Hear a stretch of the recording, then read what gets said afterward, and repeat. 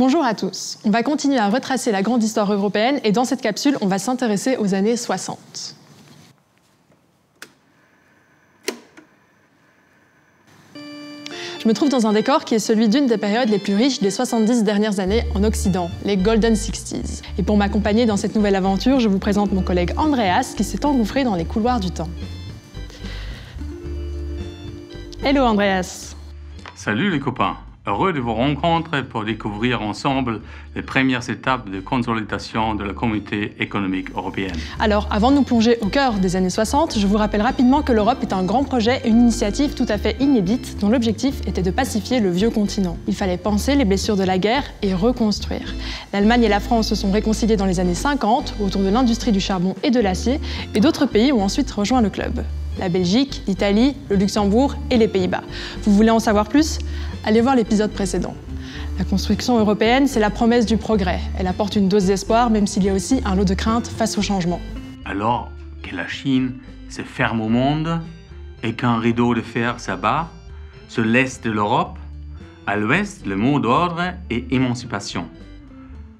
Que ce soit pour les femmes, les minorités raciales, mais aussi au sein des empires coloniaux qui chancellent.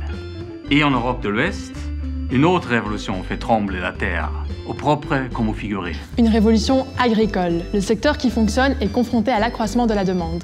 Il y a de plus en plus de bouches à nourrir dans les économies ralenties de l'après-guerre. L'offre ne suit plus et le vieux continent risque de dépendre des États-Unis ou de l'Union soviétique, qui sont à la pointe de la technologie et se sont lancés dans une production intensive. La PAC, la politique agricole commune, va voir le jour au sein de la communauté économique européenne. Elle apparaît en 1963. Son but, subventionner la modernisation du secteur tout en régulant la politique de prix. Mais à nouveau, des grandes disparités voient le jour entre régions plus ou moins fertiles. Et cette différence est particulièrement marquante entre le nord et le sud de l'Europe. Les dirigeants allemands, belges, français, italiens, luxembourgeois et néerlandais se rendent compte que les subventions ne suffisent pas. Il faut une véritable politique agricole. L'objectif est simple mais ambitieux, réduire les écarts entre les niveaux de développement des différentes régions d'Europe. On vit alors une époque où les intérêts se polarisent autour de deux grandes puissances, avec en particulier la course aux armements et la conquête de l'espace. Mais l'Europe maintient le cap de redressement, avec les marchés communs et la fin des barrières douanières. Les zones frontalières, qui avaient historiquement vocation à résister aux voisins, développent désormais des relations commerciales soutenues. Le niveau de vie des citoyens va s'améliorer considérablement et les loisirs sont désormais accessibles à une majorité de personnes.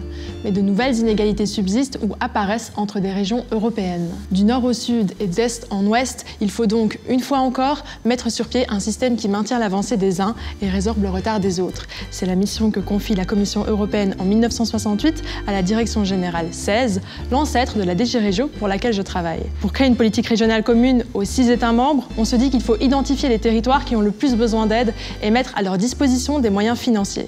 Il faut en fait un véritable plan de développement spécifique. Un comité permanent doit maintenir les liens entre les autorités européennes et les régions, qui gagnent petit à petit en autonomie et peuvent interagir entre elles, aussi bien au sein d'un même pays qu'en dehors des frontières nationales. Les projets des 6 États membres suscitent l'engouement d'autres nations. D'autres pays vont bientôt rejoindre le club. Les années 70 nous réservent de nouveaux défis avec plusieurs crises économiques successives. Je vous donne rendez-vous dans un nouveau décor, celui de la prochaine décennie, pour découvrir comment la politique européenne de développement régional va, entre autres, aider les citoyens à surmonter ces nouvelles épreuves ensemble. À très bientôt et salut Andreas. Tschüss, Afsa.